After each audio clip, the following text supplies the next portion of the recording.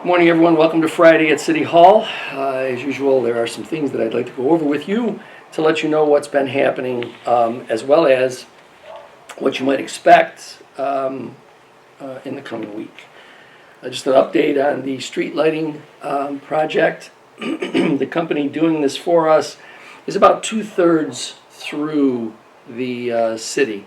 There might be some areas within an area that has been almost completely done, and the reason why those streets may not have been done yet is because of heavy traffic, so they would have to do those in at times when traffic might be a little lighter. So it's progressing on schedule. I'm happy to report that, as expected, we have seen significant reduction in cost. By that I mean reviewing a bill from a month prior to the city's acquisition of the streetlight assets. The monthly bill came in at a little over $125,000. Taking a look at a bill for the same period, post acquisition of the lights and now some of the installation, that $125,000 plus bill was reduced to $49,000. A little over $75,000 in 1 month. If you stretch that out across an entire year, it's the reason why we said it's almost a $1 million annual savings.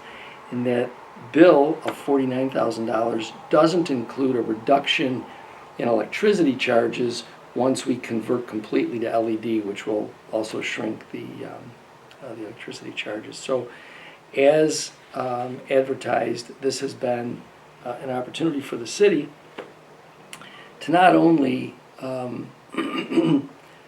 sort of streamline and make consistent lighting throughout the city, but also to save quite a bit of money for residents.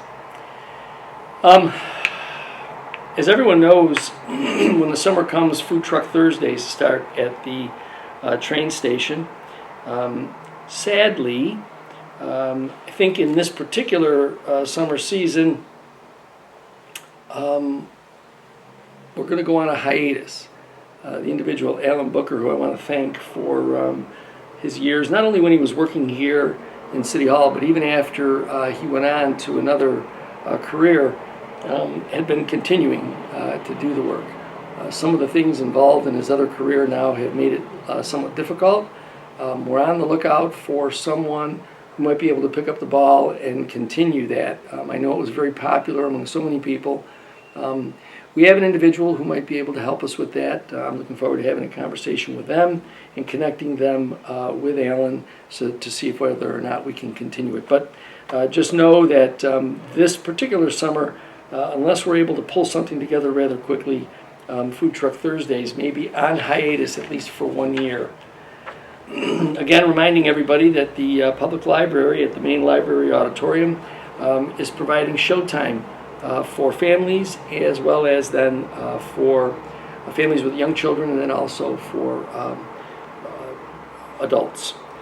And on Tuesday, April 15th at 2:30, the Disney movie Mufasa will be playing. Remember, if children are going to be going, they must be accompanied by an adult.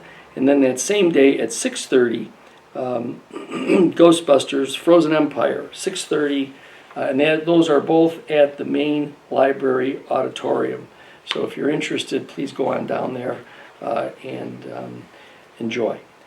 City Market, again, is getting programming ready for this coming June. Programming will start there. Not only will we be welcoming back the vendors and the farmers, but also our managers at the market space will also be creating some different events for residents, locals to enjoy there. So be on the lookout for that schedule as it begins to become more finalized. And we'll certainly be publishing that and getting it out across a variety of different media in order to let you know what's happening over there. Last week, I spoke a little bit about the empty promises of the Milstein Group and NFR. And one of the individuals, one of the young folks that come in here and help produce this for all of you, asked an interesting question. And I guess sometimes, those of us who've been living with this for so long, almost 30 years, we lose track of the fact that there are some people, young people, who just don't know who is this group and who is this person. So let me take a brief minute to explain to you who Howard Milstein is and who the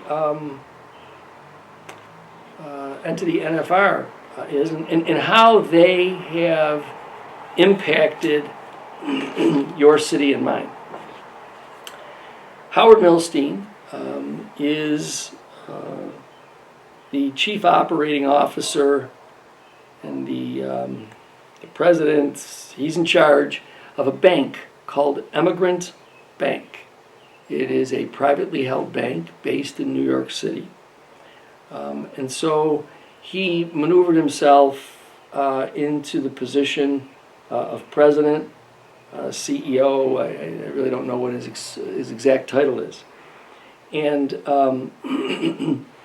recently, in February of this year, a federal appeals court upheld a jury verdict against Emigrant Bank for what the jury found were predatory lending practices in the New York City area.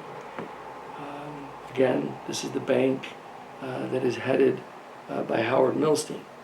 So how is Howard Milstein connected to Niagara Falls redevelopment? Sometime in the early 2000s, Howard Milstein became an investor. Could have been, it was the early 2000s. Became an investor and then ultimately became the sole investor in a group that was started in the late 90s called Niagara Falls Redevelopment. Once he obtained sole ownership of the entity, went about the business of acquiring other properties throughout the area downtown just east of John B. Daly Boulevard. Now, this map shows in color all of the properties that this entity owns in one or more iterations of itself. Blue Apple Properties is a subsidiary of NFR. NFR Gateway is a subsidiary. Clarksville Land Company, 11th Street Properties. Those are all subsidiaries or connected to Niagara Falls redevelopment. So you can see from this map all these green and yellow, red, blue areas that are owned by that entity through its different other names. But if you notice, the one area here in black, that's the area that was the former 10th Street Park and Playground, where so many people, probably now these folks are likely in their 60s, late 50s, 60s, and 70s, used to use that playground quite a bit.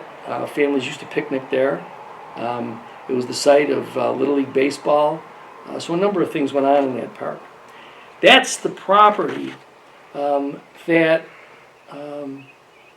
in 2007 or 8, the city of Niagara Falls transferred this park to Niagara Falls redevelopment without getting proper authorization from the state of New York. Now again, let me just walk you through that simply. In order for a park to be transferred, the state of New York has a policy promoting green space and parks. And so before a municipality can make that transfer, they need to get permission from the state of New York. And then once the transfer is made, there's certain conditions with how the transfer goes. For instance, it's not just paying cash, but there's the need for substitute parkland, because we're always looking for, the state is always looking to make sure that green space and parkland is promoted. So this is the space that the city of Niagara Falls, when they transferred the deed, provided really an improper transfer. And so the truth of the matter is Niagara Falls redevelopment doesn't own this property. The property was never properly transferred to them. So it continues to be property owned by the city of Niagara Falls. That's the reason why they're trying to say that it was never a park. And unfortunately, even in their claims that it was never a park, and they cite newspaper articles as their evidence, in the newspaper articles it also says City of Niagara Falls transfers park to Niagara Falls redevelopment. So it's really another Milstein NFR effort to sort of shield the facts in a way that tries to support the theory that they want everyone to accept. The long and the short of it is that you can see how much land they have in their possession. You could see that since the early 2000s, so we're talking about perhaps even longer, closer to 30 years, they've done absolutely nothing. And this is all of their holdings. So it's remarkable, as I went over with everybody last week, about the promises they make. You remember the promise for the hotel and spa at the Turtle Building, and I showed you the picture about this beautiful building that looked like a ship. And then the other promise in this area right here, where they were going to build a $100 million hotel and retail space, and it just didn't work, or they didn't do it, or they put up a fence and put some cinder block in the ground. So the long and the short of it is, for those who don't know Howard Milstein or NFR, I hope this brief analysis will help you understand just how much these folks who aren't from here really don't care about your city and mine. They've done nothing in nearly 30 years. They really don't have a plan to do anything else. And they really just want to get in the way of what could be positive developments for our community. They've shown, even in other parts of the state, a penchant to have no real concern for residents, for people, whether it's the federal case or what they've done here in Niagara Falls. You can really see that they're really not interested in the communities in which they get into. So we're going to keep going forward. The courts have given us the green light. Courts of the state of New York have also seen what this property owner, as well as other property owners throughout the state, have done to certain communities. They've held them hostage. And so we're going to break that and move forward with development that's going to be good for, not just for tourists, but good for locals, a place we all can enjoy. So please remember, the roller coaster of weather isn't over yet. I've seen predictions for snow this coming Tuesday, but we have a sunny day today, albeit a little bit colder. So if you're going to get out and about, tomorrow might be a little bit wet. So just be careful if you're out there doing things. Understand again that our crews are out doing their best as weather permits to repair some of the roads that were beaten up pretty badly by the winter, and they'll continue to be doing that. But be on the lookout for them as work crews are out there, and also be on the lookout for the fact that as the snow has simply gone away, we have more people using our roads with electric bikes or scooters or bicycles generally, so be careful of them too on the street, as well as pedestrians, okay?